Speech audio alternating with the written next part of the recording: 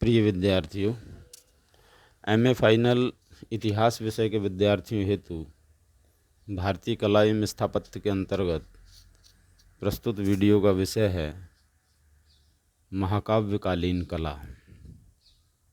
देखिए, रामायण एवं महाभारत में प्राप्त होने वाले कलात्मक संदर्भों से हमें ये ज्ञात होता है कि उस समय तक वास्तुकला, मूर्तिकला व चित्रकला का काफ़ी विकास हो चुका था। भवन निर्माण का कार्य उन्नति कर चुका था। प्रासाद, विमान आदि अनेक प्रकार के भवन निर्मित होने लगे थे। राजभवन सप्तभौम, अष्टभौम तथा सहस्त्र स्तंभ आदि विशिष्ट प्रकार के होते थे। रामायण में राम द्वारा अश्वमेध यज्ञ के अवसर पर सीता की स्वर्ण प्रतिमा निर्मित किए जाने का उल्लेख प्राप्त होता है।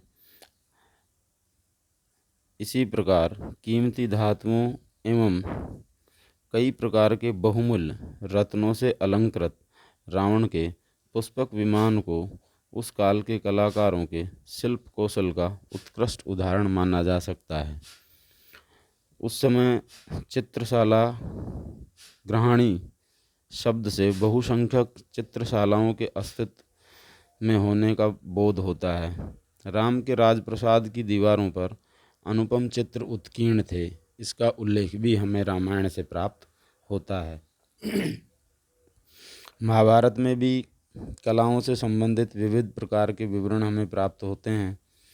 महाभारत के सभा पर्व में उल्लिखित युधिष्ठिर के सभागृह में अनेक स्तंभ थे।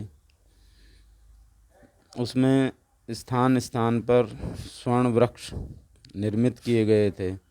उसके चतुर्दिक एक बड़ा परकोटा बना हुआ था।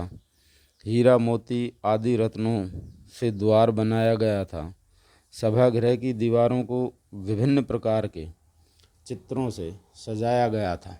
सभा के मध्य एक सरोवर बनाया गया था जिसमें स्वर्ण कमल लगाए गए थे। रत्न जड़ित सीढ़ियाँ बनाई गई थी, परंतु देखने वालों को इस जलाशय के स्थान पर जमीन होने का आभास होता था और आगे बढ़ते ही वह दर्शक पानी में गिर जाता था।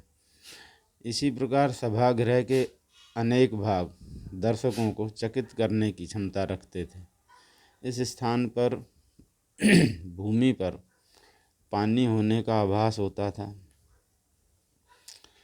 एक अन्य दीवार पर दरवाजे का चित्र इतना वास्तविकता से बनाया गया था कि कोई भी उसमें प्रवेश करने की इच्छा से दीवार से टकरा सकता था। दुर्योधन को इसी चमत्कारिक सभागृह में आत्मग्लानि का सामना करना पड़ा था। ये सभी उल्लेख हमें महाभारत में प्राप्त होते हैं। महाकाव्यों के अतिरिक्त बौद्ध तथा जैन साहित्य में, संस्कृत के नाटकों में, पौराणिक ग्रंथों में शिल्पकला से संबंधित अनेक जानकारियाँ हमें प्राप्त होती हैं। स्मृतियाँ तथा पुराणों में मंदिरों, मूर्तियों, चित्रों तथा अन्य प्रकार की कलाओं से संबंधित महत्वपूर्ण सामग्री प्राप्त होती है। कुछ पुराणों जैसे विष्णु धर्मेतर पुराण में मूर्तिकला व चित्रकला पर अत्यंत उपयोगी सामग्री प्राप्त होती है। प्राचीन भारत की हिंदू कला से संबंधित प्रतीक चिन्ह, पुराकथाएँ, देवी देवता, राक्षस, देवताओं के वाहन, यक्ष, गंधर्व, अप्सराएँ, स्वर्ग, नरक, सृष्टि, प्रलय, अवतार, जीव जगत व परमात्मा की सत्ता आदि अवधारणाएँ ऐसे विषय हैं जिन्हें समझाने के लिए उपरोक्त साहित्य का अध्ययन आवश्यक है। अष्टाध्यायी में शिल्प को चारु औरकारु दोनों प्रकार के अर्थों में प्रयुक्त किया गया है। यहाँ चारु का अर्थ ललित कला से है और कारु का अर्थ उद्योगों से है। भारत के नाट्यशास्त्र में कलाओं के संबंध में पर्याप्त चर्चा की गई है।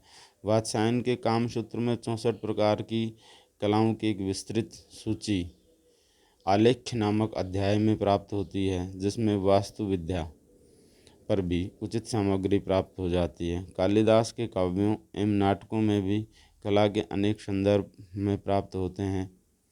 कल्हड़ की राजतरंगिणी में मंदिरों, विहारों, स्तूपों, भवनों एवं मूर्तियों के निर्माण के उल्लेख पाए जाते हैं। पतंजलि के महाभाष्य में शिव भागवतों द्वारा पूजी जाने वाली मूर्तियों एवं प्रतीकों का उल्लेख हुआ है।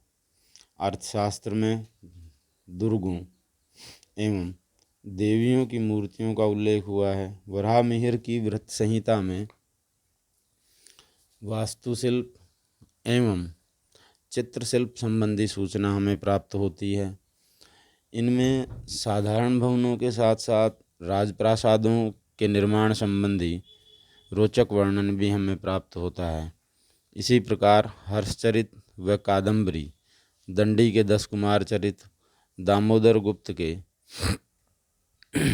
कुट्टनीयत, धनपाल की तिलक मंजरी, सोमदेव कृत कथा सरित सागर, मम्मट के काव्य प्रकाश तथा श्रीहर्ष के नैषध चरित में विविध कलाओं के संदर्भ प्राप्त होते हैं। इस वीडियो में इतना ही। धन्यवाद।